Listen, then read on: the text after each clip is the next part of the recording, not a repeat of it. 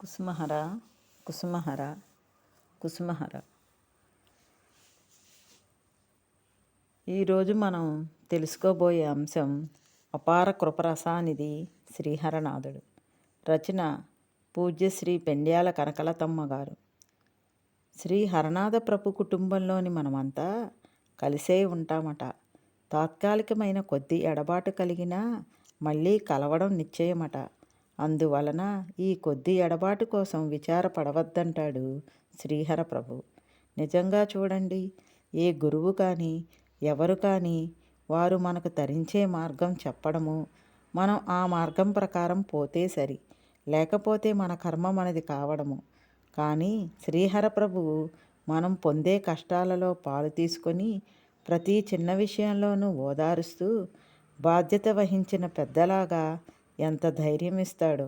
మనలో మనకు కలుగుతున్న కష్టసుఖాలు జీవితో జీవికి సంయోగ వియోగాలు. ప్రపంచ ధర్మం కొద్దీ కలుగుతూనే ఉంటాయి. దీనికోసం పరితపించుకొని ఎప్పటికప్పుడు బోధించి తన కుటుంబాన్ని భద్రపరుచుకుంటున్నాడు శ్రీహర ప్రభువు. దయామయుడు. మన చింతలన్నీ నెరవేరుతాయి, కానీ సమయం కోసం కొంచెం ఓర్పు వహించాలి అని పరిపరి విధాల జాగ్రత్త తీసుకుంటున్నాడు. పాగల్ హర్నాథ్ పత్రావళిలోని లేఖలను చదువుతుంటే కలిగే ఆనందం, సంతృప్తి వర్ణనాతీతం. నిజంగా ఈ ఉత్తరాలు అందుకుంటున్న వారు ఎంత ధన్యాత్ములో, వారికెంత హాయి చిక్కి మనశ్శాంతి పొందేవారో కదా.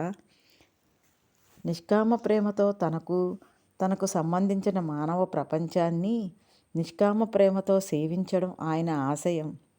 శ్రీ హరనాథుని అమృత సందేశాలు చాలా అర్థవంతమైనవి.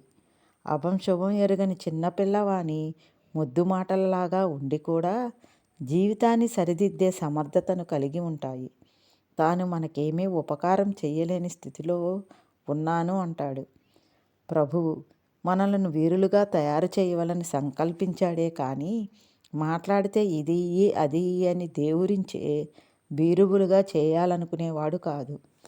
హే హరప్రభు, నా తండ్రి, సర్వుల భారాల్ని మోస్తున్నావు. మా శ్రేయస్సునే దృష్టిలో పెట్టుకొని మమ్ములను అంటి ఉన్నావు. అటువంటి ప్రేమమూర్తివి. నీ మీదనే ఆధారపడి నాకు అది ఇయ్యి ఇది ఇయ్యి అని వేధించడం కన్నా నీవు నాకేమీ ఇయ్యనక్కర్లేదు. ప్రసన్న ముఖంతో నీవు నా హృదయ పీఠం మీద విరాజిల్లితే చాలు, నాకు అదే కావలసింది అని మనం శ్రీహరనాథుని సన్నిధిలో కూర్చున్నప్పుడు ప్రభుని ఆనందానికి మేర ఉంటుందా? ఒక్క వ్యక్తిని నిష్కపటమైన నిష్కలంకమైన ప్రేమతో సేవింపగలిగిన వాడు, ఒక వ్యక్తి ఎడల అంత పరిశుద్ధ ప్రేమను చూపుట రుచి చూచినవాడు నిస్సందేహంగా మెత్తని హృదయం కలవాడవుతాడు. అప్పుడు ఆ హృదయం క్రమక్రమంగా విశాలమై జీవరాశులన్నింటినీ తనలో ఇముడ్చుకోగలుగుతుంది. అతడు తనంతట తానే విశ్వప్రేమి అయిపోతాడు. మన భారాలన్నీ మోసేవాడు మనకేం తక్కువ చేస్తాడని ఆయనను అది ఇది అడగడం, ఇక తల్లి తండ్రి అని సంబోధించడం. ప్రపంచంలో ఉన్న స్త్రీజాతి జీవులందరూ తనకు తల్లులైతే తన ఆశయంలో కొంత భాగం తీరినట్లట. తన మీద మాతృభావం పితృభావం చూపమని ప్రార్థిస్తాడు. ఈ విధంగా నిష్కామ ప్రేమను అలవాటు చేసుకోమని, నిజానికి తల్లి కానీ తండ్రి కానీ ఏమీ ఇవ్వమని బిడ్డని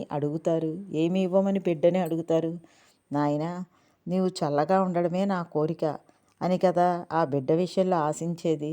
మన ప్రభువు కూడా ఆ ప్రేమనే మన దగ్గర నుండి అర్థించేది.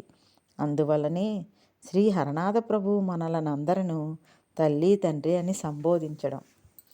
అడుగో, ప్రభువు చేతులను ముందుకు చాచి మన కోసం ముందుకు వచ్చి మనల్ని కౌగిలించుకొని ఆనందించడానికి కాచిపెట్టుకొని ఉన్నాడు. ప్రభువు ఇంత దీక్షతో నిలబడినప్పుడు మనకు భయం దేనికి?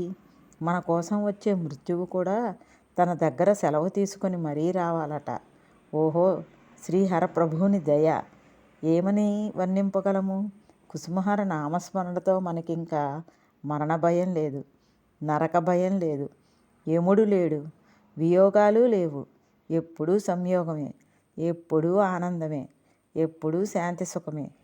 మీరు నా సందిట్లో ఉన్నారని జగత్తులోనికి పంపించినవాడు తాను, నటింపచేస్తున్నవాడు తాను, చివరికి ఒడిలోనికి తీసుకునేవాడు తాను.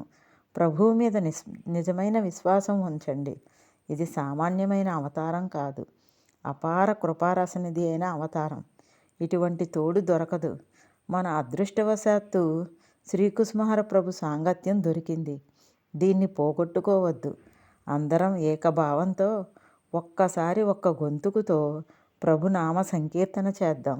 కొన్ని వేల జన్మల ఫలితంగా ఈ విశ్వాసం దొరికిందని నమ్మండి.